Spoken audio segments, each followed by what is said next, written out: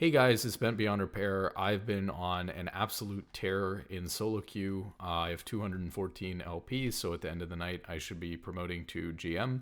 I just want to take a look at my op.gg and talk about a couple of things that have changed for the better, for the worse. But obviously, things are actually going pretty well for my solo queue climb. So let's take a look here at my op.gg. So, the main takeaway, I guess, from this is I am having a really incredible split. Um, I'm currently winning 61% of my total ranked games played. With I guess I'm at 87 ranked games played, so I'm approaching my first 100 games played with about a 60% win rate. And on Braum, obviously, where I'm probably the strongest, I'm winning 65% of my games straight up.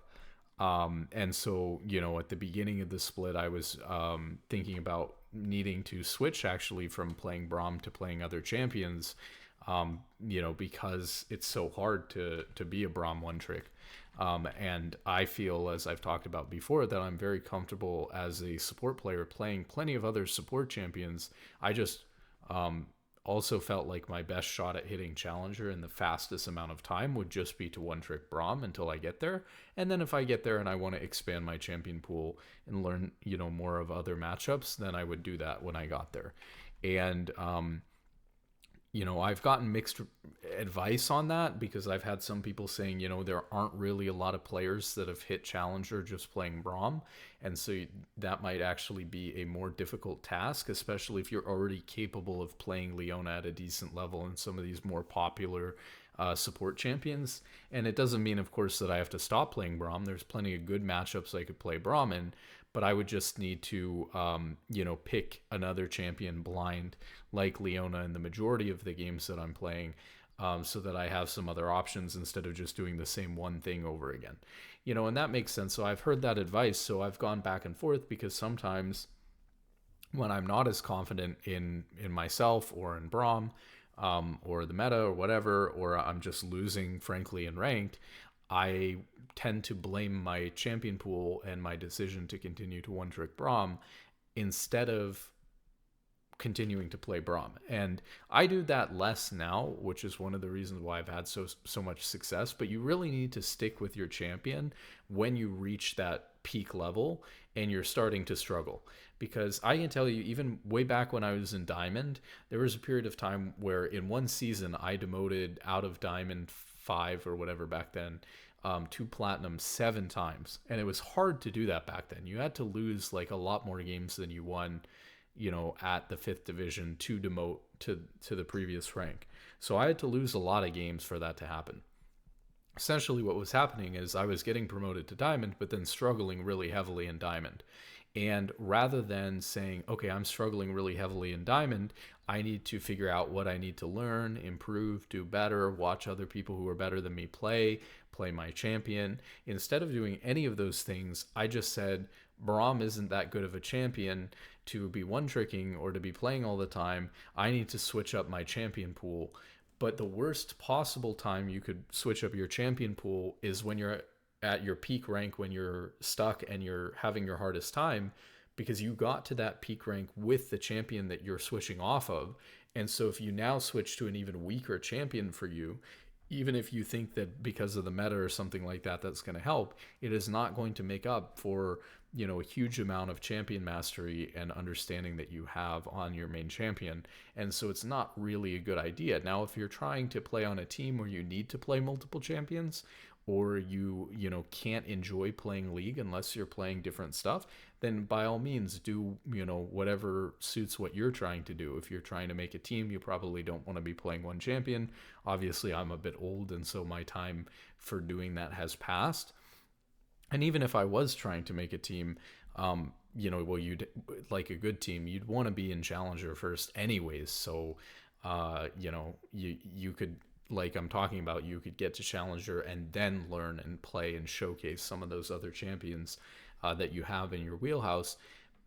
The only issue with that is, I suppose, if you're really trying to like get to the top level, you don't want the perception that you're a one trick at all. So you kind of do want to come into Challenger with a match history, and with picks where people see you playing a variety of different things, even if they're actually kind of similar, like if you're playing like Leona Rel Nautilus, which are kind of, or like Leona Rel Braum or whatever it is, or Leona Rel Alistar, I don't know, like these champions are very, very similar. I guess Braum is actually the biggest outlier of those champions, but if you're playing all tank engaged supports, or you're playing all enchanters, but you're playing a couple of them, that dissuades from this idea that you're a one trick. And once people get it in their head and recognize you as a one trick, it can be very hard to break that perception, which is very unfortunate. And I've experienced that before. So people will assume that because you're playing one champion that you can't play other stuff. And generally that can be true, because a lot of one tricks have put all of their time and effort into this one champion and are just completely terrible, whenever their one trick's banned or off of that champion. But what you have to keep in mind is that, there's a couple of things. One, if you're one trick like me, who actually has played hundreds and hundreds of solo queue games over the years, because I'm a very veteran long-term player since like season 2, season 3, for someone like me, I'm going to have experience on those other champions, even if I'm not currently playing them this season or even the last couple of seasons. And if I get time to unrust on those champions and apply what I know about playing support and about playing the game from what I've learned from playing Braum now, I'm going to be able to apply that to other champions and bring those champions up to speed. They're not going to be as good as a champion that I've put thousands of more games into, but they're going to be totally fine for the rank that I'm at, especially when we're talking about like same role, right? And it's not like support is a very mechanically demanding, complicated role. Like I've played all of the matchups and stuff like that just on the other end. I know how the matchups are going to go in theory. I know when champions power spikes and weaknesses are, like all of this stuff. Just because I only play Braum doesn't mean I don't know these things about these champions. And then when it comes to like, the muscle memory of mechanically playing that champion, it's like, well, we're playing support. It's like pretty easy to pick up, especially if you're already used to playing the role and doing everything else about the role pretty much correctly. So there are certain types of champions that I might struggle with more than others. And then others that are going to be similar to the champion that I play that are going to be easier to pick up or derust, or I'm going to be more inclined to be good at. But, regardless, stick to your main champion. So that's number one. Stick to your main champion, even if you're in a rough patch, because when you switch off, you're going to guarantee that rough patch is going to lead to you demoting. And then you're going to have to spend a lot of time on your main champion just to get back to the rank that you were, and then you get back there and then you do the same thing again, and so you never face adversity on your best champion, and so you never get better at your main champion, and you're spending a lot of time playing some other champions that you aren't as good at or don't stay as permanent fixtures in your champion pool anyways, and so you're just kind of wasting your time. So that's a big deal. The other thing is, I just wanted to talk about like how the rank season is going and what Riot has done in high elo, because it's been all over the place.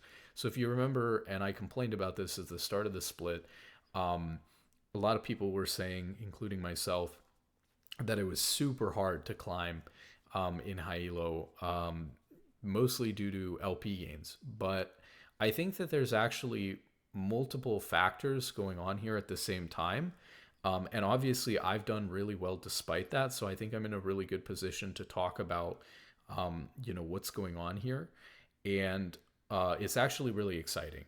So number one, what Riot did at the beginning of the split was they went for a harder reset than normal, especially for higher elo.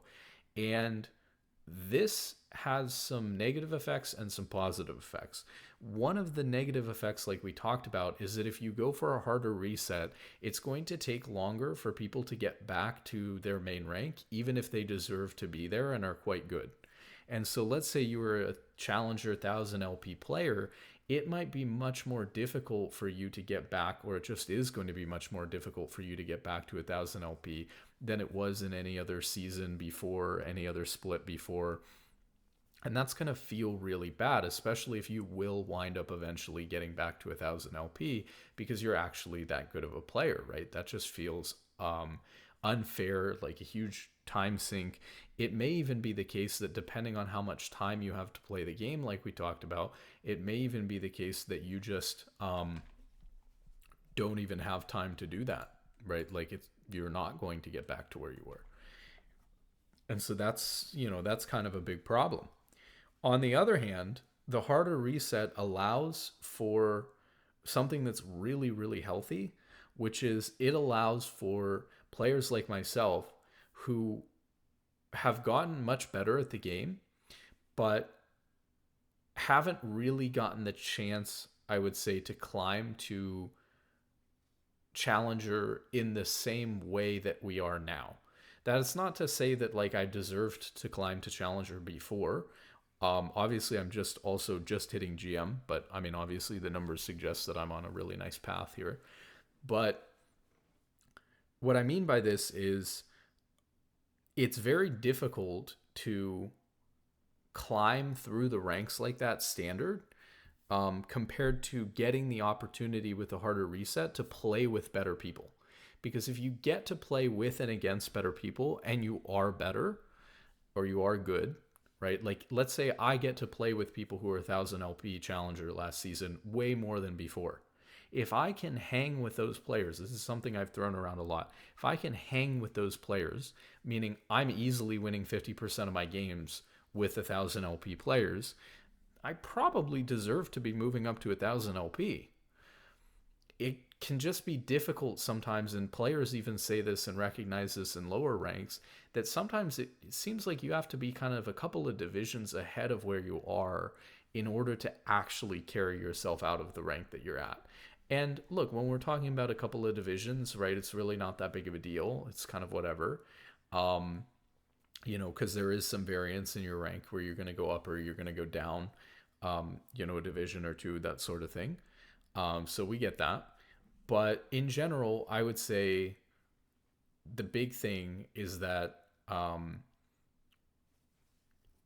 mixing those players together with that harder reset allows players like myself, who I think had potential to play really well in a high quality game, allows us to have an easier time to move up. And on the flip side of that, players who have been challenger for years and years and years, who are resting on their laurels, who aren't really that good, but have been able to kind of like barely hang in challenger, but they're not capable. So it's the complete opposite. They're hanging in challenger, but they're not really capable anymore of carrying these like mixed games in like masters and GM. And so they're just getting back to challenger easily over and over again because they have high MMR, because they were challenger and high LP the season before. Well, the problem is if the reset isn't hard enough and you're pretty much guaranteed, right, even if your skill level has gone down a little bit, if you're pretty much guaranteed to get back to the rank you were last split, then all these challenger players who got to 1,000 LP will always stay 1,000 LP. And so until they quit the game, other people who are currently in master, high masters, GM, these players are going to have a hard time cracking through to the top 300 and making it to challenger for the first time when they're competing with eliminating someone who is able to just gain more LP than them because their account has high MMR and the reset's not that hard. And those players are never being forced to carry lower games. And the players who are in GM or whatever are like having to carry some master GM lobbies to try to get into challenger.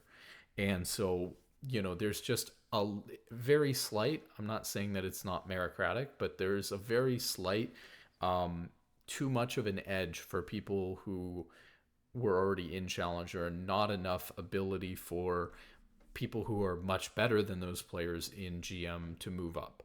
And so mixing them together with a harder reset every once in a while can be really good, because I think it provided, and this should be obvious when we take a look at what's going on with my account, provided a lot more upward mobility than we normally see.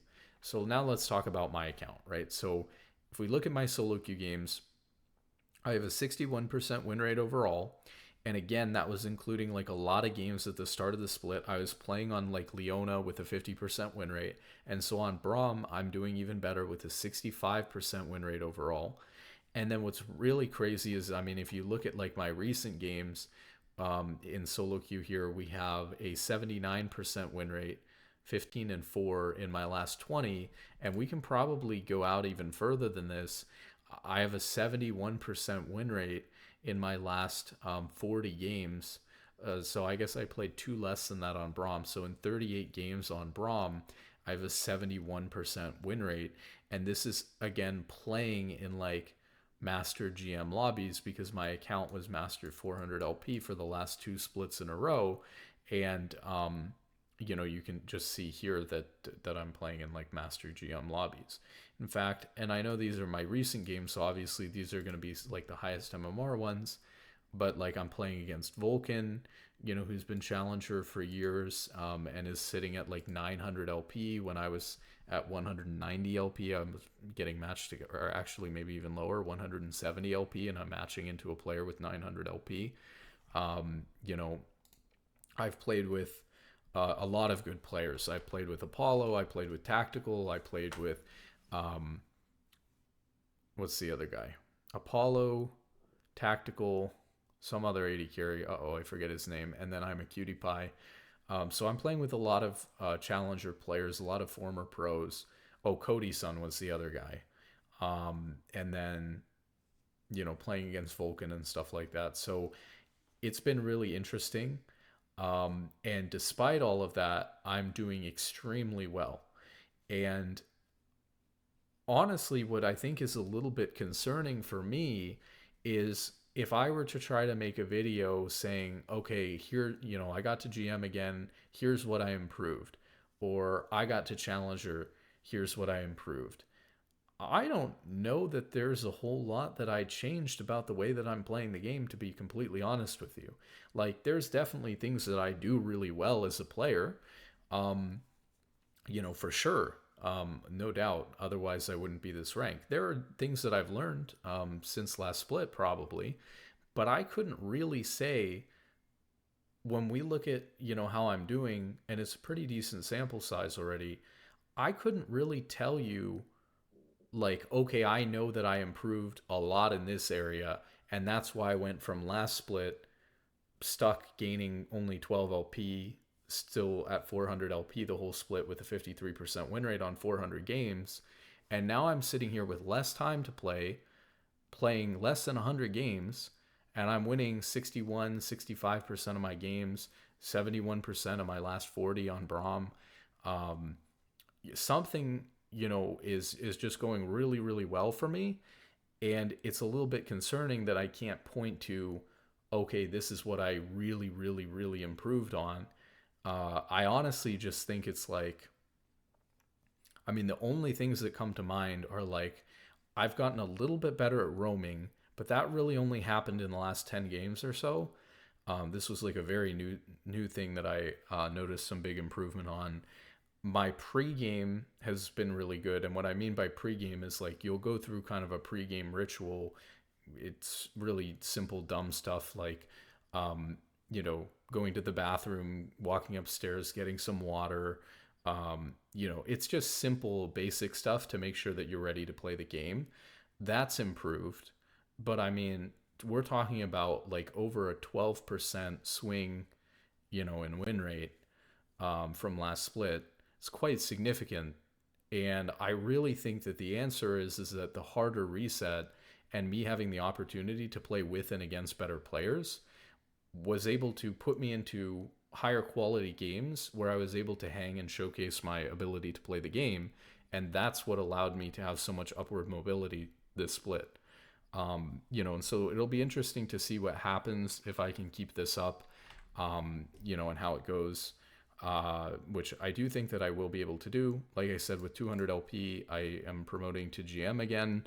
And Challenger is still at 500 LP, which is kind of part of this conversation. Every time I make one of these or talk about it, we always talk about how few people there are in Challenger currently compared to every other split. Usually Challenger fills up, within the first 2 or 3 weeks of a split. And we can see here that there's 196 players now in Challenger out of what? 300 spots. Obviously, some of these people will promote and demote, but right now we're at about 196 people in Challenger as of like yesterday night, I guess you would say. So when we're over a month and a half or about a month and a half into the split, and the split is only what, maybe it's 4 months long, maybe. I mean, we're really far into the split to not have even filled Challenger up. So that's all I'm saying is that obviously the harder reset allowed for some more upward mobility because it took players who were challenger because they were constantly climbing back to the LP that they were at last split because of their good MMR, but not actually that good at the game anymore. These people who have been challenger for a very long time, but aren't actually that good. And it really, I think, forced a lot of those players to try to carry lower mixed lobbies, and they had a hard time doing that. And it gave the opportunity to players like myself to play in higher lobbies, or higher mixed lobbies. And if you're able to carry those higher lobbies with slightly better teammates, slightly better opponent, then it gave you the ability to move up, because you're gaining more MMR for beating much better players, much higher MMR players than you, that sort of thing. So I think that the reset was good in that sense. And then of course the LP gains were way too slow for everybody though at the start of the split, but then Riot patched that, and we talked about that, so that the LP gains were a little bit higher. And they seem to have struck a really fine balance with that, which I think is quite good, because they only buffed the LP gains by about an average. I think I did the math. It was like, for me at least, it was plus 4.5 LP a game. So whether you win or lost, on average, you're going up about an extra 4.5 LP per game compared to where you were before. And that's not too much, right? So it's not going to cause like crazy inflation. And I think that's been really good, because despite that being out for a couple of weeks now, we're still only looking at 196 players in Challenger. It's not like Challenger instantly filled up the week after that happened, even with all those players with Challenger MMR accounts from before. And but it did put a dent in my strategy of playing on a Smurf account and seeing if I could actually rank a Smurf account back up to my main rank faster than my old account that was there. And so it created a better balance there between using your main account and using a Smurf, as a better climbing strategy. And that's really important, and that's really good. So I think what they did with the LP gain adjustment was actually really spot on. And so, it just looks like it's looking good. So even with, when they made that LP gain adjustment, I played 2 games. I won one and I lost one. I saw what my LP gains were. I saw that there was about a 4.5 per game swing. And what I ended up doing was just doing some math of, okay, if I win 53% of my games again, how many games is it going to take me to get back to 400 LP, which I ended the last 2 splits? How many games is it going to take me to get to Challenger, which is at 500 LP because it's still not full? And what I found was, before the change, really bad numbers. It was going to take me like 300 games again, plus the 50 I'd already played, just to get back to where I was before. After the LP change, even though it was only a 4.5 swing a game, that LP change resulted in the number of games that it would take me to get to back to 400 LP being somewhere around like 150 or something like that. And that's a huge difference. And so, that 150 game swing kind of put me back in this mindset of, okay, rather than this being a waste of time, I can actually play a couple of games a day and potentially get, back to GM, potentially get to Challenger for the first time. So I want to try to do that. And also the math was looking like, if I'm winning about 55% of my games plus on my main, compared to, the 75 or 70% of my games I'm winning on my Smurf, and the LP gains I have on my Smurf versus the LP gains I have on my main, looks like I'll actually climb at about the same rate. And so probably, I'll just stick with playing on my main and not bother with the Smurf account, which I think is good, because Riot obviously shouldn't be encouraging Smurfing as a climbing strategy, or as like the most efficient climbing strategy. So what that all leads us to is then I went and I actually started playing. And when I actually went and started playing, obviously, instead of winning 55% of my games, I've ended up winning 65% of my games on Braum, 61% overall. and you know, really high in my last 20, 40 games. You know, it's been just really, really good. And so I expect, since my LP gains are still really, really good, we can check that on UGG. See what I'm gaining and losing right now.